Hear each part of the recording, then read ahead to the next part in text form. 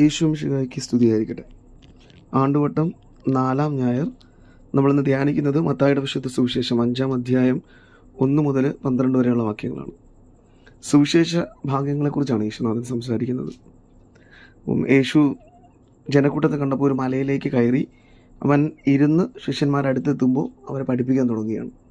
അപ്പം ഈ ഒരു സുവിശേഷ ഭാഗത്തിൽ നമ്മൾ യേശുനാഥൻ അന്ന് ആ കാലഘട്ടത്തിലുണ്ടായിരുന്ന എല്ലാ ജീവിത മൂല്യങ്ങളെയും വേർതിരിച്ച് കാണിക്കുന്ന ഒരു ജീവിത മൂല്യത്തെക്കുറിച്ചാണ് പഠിപ്പിക്കുന്നത്. അതായത് അന്ന് വരെയും അവർ ചിന്തിച്ചിരുന്ന രീതിയിൽ നിന്ന് മാറി ചിന്തിക്കുന്ന ഒരു റിവേഴ്സൽ യേശുനാഥൻ അവിടെ നടത്തുന്നുണ്ട്. തലകീഴായി മാറ്റപ്പെടുകയാണ് അവരുടെ ജീവിത മൂല്യങ്ങളും കാഴ്ചപ്പാടുകളൊക്കെ. കാരണം യേശുനാഥൻ ഇവിടെ പറയുന്ന കാര്യങ്ങളൊക്കെ തന്നെ ആത്മാവിൽ ദരിദ്രരായവർ ഭാഗ്യവാന്മാരാണ്, വിലപിക്കുന്നവർ ഭാഗ്യവാന്മാരാണ്, ശാന്തശീലർ ഭാഗ്യവാന്മാരാണ്, വിശക്കുകയും ദാഹിക്കുകയും ചെയ്യുന്നവർ ഭാഗ്യവാന്മാരാണ്. അങ്ങനെ ആ കാലഘട്ടത്തിൽ നിലനിന്നിരുന്ന മനുഷ്യരുടെ സങ്കല്പങ്ങളെ മാറ്റിമറിക്കുന്ന രീതിയിലുള്ള ചിന്തകൾ യേശുനാഥൻ കൊടുക്കുകയാണ്. അപ്പം ഇതെങ്ങനെയാണ് യേശുനാഥൻ കൊടുക്കുന്നത്? സുവിശേഷത്തിൽ മത്തായിയുടെ സുവിശേഷം പ്രത്യേകിച്ച് യഹൂദർക്ക് വേണ്ടി എഴുതപ്പെട്ട ഒരു സുവിശേഷമാണ്. അപ്പോൾ ആ സുവിശേഷ ഭാഗത്തിൽ യേശുനാഥനെ മോശയോട് അവർ കണക്ട് ചെയ്യുന്നുണ്ട്. നമുക്ക് മോശയുമായി കർത്താവിനെ ബന്ധിപ്പിക്കാൻ പറ്റും. കാരണം മോശ സീനായി മലമുകളിൽ വെച്ച് അവിടെ ഉണ്ടായിരുന്ന ഇസ്രായേൽ ജനത്തിന് നിയമങ്ങൾ നൽകിയതുപോലെ ദൈവത്തിൻ്റെ നിയമം മോശയാണ് നൽകിയത്. ഇവിടെ പുതിയ മോശ ഈശോയാണ്. ഈശോ പുതിയ നിയമങ്ങൾ തരികയാണ്. അപ്പോൾ 10 കൽപ്പനകളല്ല, ഇവിടെ നൽകുന്ന കൽപ്പനകൾ എല്ലാ മനുഷ്യരെയും സ്നേഹത്തിലേക്ക് അടുപ്പിക്കുന്ന, ജീവിതത്തിൽ സഹനങ്ങളുടെ നിമിഷങ്ങളിൽ ദൈവത്തോട് ചേർത്ത് നിർത്തുന്ന ഒരു പുതിയ നിയമസംഹിത നൽകുകയാണ്. അപ്പോൾ എന്തുകൊണ്ടാണ് ഇത് നൽകിയത് എന്ന് ചോദിക്കുമ്പോൾ ഇതൊരു പ്രവചനം കൂടെയായിരുന്നു. വരാനിരിക്കുന്ന ക്രൈസ്തവർക്ക് വേണ്ടിയുള്ള ഒരു പ്രവചനം യേശുനാഥൻ നടത്തുകയാണ്. അത് പിന്നീട് നമുക്ക് മനസ്സിലാകും. ചരിത്രത്തിൻ്റെ താളുകളിലേക്ക് വരുമ്പോൾ യേശുനാഥൻ പറയുന്ന ഈ ഭാഗ്യം ചെന്നവരുടെ വലിയൊരു കണക്ക് ക്രൈസ്തവരുടെ ജീവിതത്തിൽ നിലനിന്നിരുന്നു. കാരണം ഈശോയ്ക്ക് വേണ്ടി ജീവിതത്തിൽ ചില തീരുമാനങ്ങൾ എടുക്കുമ്പോൾ ഈ മനുഷ്യർ ദരിദ്രരായി മാറിയിരുന്നു. കാരണം യഹൂദ പശ്ചാത്തലത്തിൽ യഹൂദരായിരുന്ന മനുഷ്യർ ക്രൈസ്തവരായി മാറുമ്പോൾ അവരുടെ ഭവനങ്ങളിൽ നിന്ന് അവർ ആട്ടി ഓടിക്കപ്പെട്ടിരുന്നു. ഒരു അക്ഷരാർത്ഥത്തിൽ ദരിദ്രരായി മാറുകയായിരുന്നു. മാത്രമല്ല അവർ കണ്ണുനീരിൻ്റെയും പീഡനങ്ങളും സഹനങ്ങളും ദുഃഖങ്ങളും അവർ ഈശോയ്ക്ക് വേണ്ടി നിന്നു എന്നതിൻ്റെ കാരണം കൊണ്ട് അവർ ജീവിതത്തിലെ എല്ലാ സഹനങ്ങളിലൂടെയും കടന്നു പോകേണ്ട മനുഷ്യരായി മാറുന്നുണ്ട്. സമാധാനത്തിന് വേണ്ടി കാത്തിരുന്ന ആ മനുഷ്യരെ കൊലയ്ക്ക് കൊണ്ടുപോകുന്ന കുഞ്ഞാടുകളെ പോലെ വലിച്ചിഴച്ച് കൊണ്ടുപോയി പീഡിപ്പിക്കുകയും കൊല്ലുകയും അവരുടെ സമ്പത്ത് മുഴുവനും രാജാവിൻ്റെ ഖജനാവിലേക്ക് കണ്ടുകെട്ടുകയും ചെയ്യുന്നു. അപ്പോൾ ഇതൊക്കെ ക്രൈസ്തവർ പിന്നീട് അനുഭവിച്ചതാണ്. ഇത് യേശുനാഥൻ നേരത്തെ മുൻകൂട്ടി പറയുകയാണ്. അപ്പോൾ ഈ പ്രവചനത്തെ നമ്മൾ കാണേണ്ടത് ക്രൈസ്തവരായിരിക്കുന്ന മനുഷ്യർ ഇങ്ങനെ ദാരിദ്ര്യാവസ്ഥയിലൂടെ സങ്കടങ്ങളിലൂടെ ദുഃഖങ്ങളിലൂടെ കടന്നു പോകണമെന്നല്ല, മറിച്ച് സങ്കടങ്ങളുടെയും സഹനങ്ങളുടെയും വേളയിൽ പോലും അവർ ദൈവത്തോട് ചേർന്ന് നിൽക്കണം. ഇവരെ കാത്ത് വലിയ സൗഭാഗ്യങ്ങളുണ്ട് എന്ന് പറയണം. കാരണം നമുക്ക് ഒരുപക്ഷെ നമ്മൾ ചിന്തിക്കാവുന്നതാണ് ദൈവം നമുക്ക് സഹനങ്ങളുടെ വഴി തരുന്നതാണെന്ന്. അങ്ങനെയല്ല.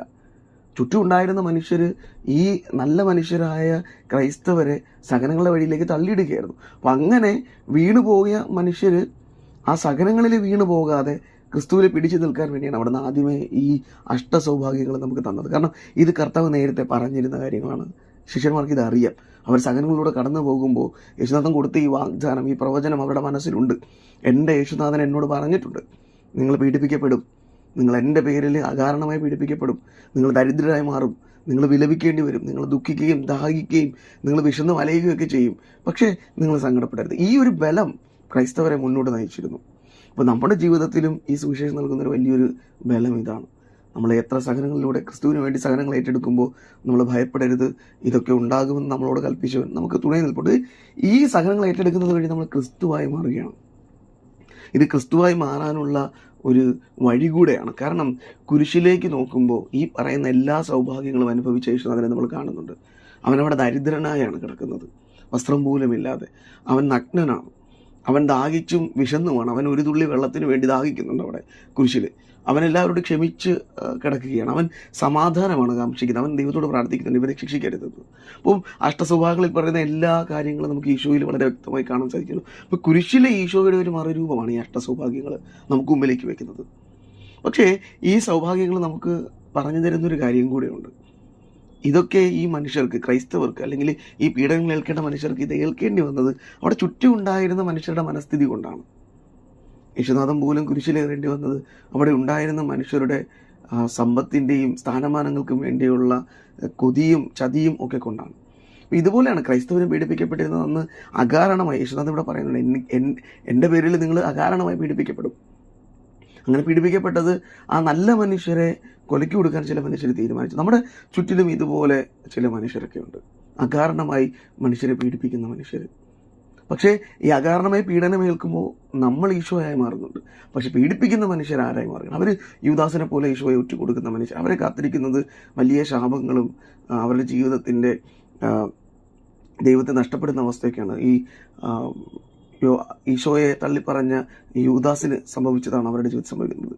അപ്പോൾ ചില വാക്കുകളൊക്കെ ആയിരിക്കാം ചില മനുഷ്യർ അകാരണമായി പറയുന്ന ചില വാക്കുകളൊക്കെയാണ് ഈ മനുഷ്യരെ ഇങ്ങനെയുള്ള സഹനങ്ങളിലേക്ക്. അപ്പോൾ അങ്ങനെയുള്ള ചിന്തകളോ വാക്കുകളോ പറയാത്ത മനുഷ്യരായി നമ്മൾ മാറണം. ആ സുവിശേഷം നമുക്ക് നൽകുന്നൊരു ബലവും കൂടി അതാണ്. കാരണം ഈ മനുഷ്യർ പീഡനങ്ങൾ ഏൽക്കേണ്ടി വന്നത് ചുറ്റുമുള്ള മനുഷ്യരുടെ മനസ്ഥിതി, ദുസ്വഭാവത്തിൻ്റെ മനസ്ഥിതി കൊണ്ടാണ്. ഇറ്റലിയിലെ ഒരു ഗ്രാമത്തിൽ ഒരു കുട്ടിയുടെ അമ്മ, അവൾ ഭാര്യയും ഭർത്താവും ഒരു കുഞ്ഞും, അവർ വളരെ സന്തോഷത്തോടെ ജീവിച്ചിരുന്നു. അപ്പോൾ ഇവരുടെ സന്തോഷകരമായ ജീവിതം അവിടെ ചുറ്റും ഉണ്ടായിരുന്ന മനുഷ്യർക്ക് അത്ര പിടിച്ചിരുന്നില്ല. ചുറ്റും ഉണ്ടായിരുന്നവർ അത്ര നല്ലതായ രീതിയിലല്ല ഇവരെ കണ്ടിരുന്നത്. കാരണം ഇവർ ആ ഗ്രാമത്തിൽ തന്നെ വളരെ മനോഹരമായി സമ്പത്തിലുമൊക്കെ സ്നേഹത്തിലുമൊക്കെ നല്ലതുപോലെ ജീവിച്ചിരുന്ന ഒരു കുടുംബമാണ്. അപ്പോൾ അങ്ങനെ ഇരിക്കുമ്പോഴാണ് ആ വീട്ടിലെ കുഞ്ഞിനെ കാണാതായി. കുറച്ച് രക്തത്തിൻ്റെ പാടുകൾ മാത്രമേ അവിടെ ഉള്ളൂ. അപ്പോൾ അവിടെ ഉണ്ടായിരുന്ന അന്വേഷണത്തിൽ മനസ്സിലായത് ആ കുഞ്ഞിനെ ചെന്നായ കടിച്ചു കൊണ്ടുപോയി എന്നാണ്. അപ്പോൾ ഈ അമ്മ കുഞ്ഞിനെ നഷ്ടപ്പെട്ട വേദനയിലാണ്. ആ വേദനയുടെ ഇടയിൽ ആ ഗ്രാമത്തിലുണ്ടായിരുന്ന ചില മനുഷ്യർ പറഞ്ഞു, ഇതിനെ ചെന്നായിക്ക് കുഞ്ഞിനെ എടുത്തുകൊണ്ട് പോകാൻ പറ്റില്ല, ഇത് ആ അമ്മ തന്നെയാണ് കൊന്നതെന്ന്. അങ്ങനെ തെളിവുകൾ ഈ അമ്മയ്ക്കെതിരായി അവർ പറഞ്ഞ വാക്കുകളുടെ അടിസ്ഥാനത്തിൽ അവൾ ജയിലിൽ അടയ്ക്കപ്പെട്ടു. ഒന്നാമത്തെ കുഞ്ഞ് നഷ്ടപ്പെട്ട വേദന ഒരു ഭാഗത്ത്, പക്ഷേ ജനങ്ങൾ അവളെ കുഞ്ഞിനെ കൊന്ന ഒരു സ്ത്രീയായി മാറ്റുകയും അങ്ങനെ അവൾ ജയിലിൽ അടയ്ക്കപ്പെടുകയും ജയിലിൽ വെച്ച് അവൾ ആത്മഹത്യ ചെയ്യുകയും ചെയ്തു. അങ്ങനെ വർഷങ്ങൾക്ക് ശേഷം ഈ കുഞ്ഞിൻ്റെ ശവശരീരത്തിന് അവശിഷ്ടങ്ങൾ കാട്ടിൽ കിടന്ന് ഇവർക്ക് ലഭിക്കുന്നുണ്ട്. കാട്ടിൽ ഇവർക്കത് ലഭിച്ചു. അപ്പോൾ അതിൽ നിന്ന് മനസ്സിലായത് കുഞ്ഞിനെ ചെന്നായ കടിച്ചു കൊണ്ടുപോയതെന്നാണ്. പിന്നീട് ആ ഗ്രാമം മുഴുവനും വലിയൊരു ദുഃഖത്തിലും സങ്കടത്തിലും ആവുന്നുണ്ട്. കാരണം അവർ വെറുതെ പറഞ്ഞ ഒരു വാക്ക് അത് ആ കുടുംബത്തെ മുഴുവനും തകർത്ത് കളഞ്ഞു. കുഞ്ഞിനെ നഷ്ടപ്പെട്ട അമ്മ കുഞ്ഞിൻ്റെ കൊലപാതകി എന്ന പേര് പോലും അവൾ ഏറ്റെടുക്കുന്നു. അപ്പോൾ ഇതുപോലെ ചില മനുഷ്യരുടെ ചില വാക്കുകൾ അകാരണമായി ചില മനുഷ്യരെ ജീവിതത്തിൻ്റെ വലിയ ദുഃഖങ്ങളിലേക്ക് തള്ളിയിടുന്നുണ്ട്. പക്ഷെ അങ്ങനെ ജീവിത ദുഃഖങ്ങളിലേക്ക് വീഴുന്നവരെ വിചാരിക്കേണ്ടത് നമ്മൾ ഈശോയായി മാറുകയാണ്.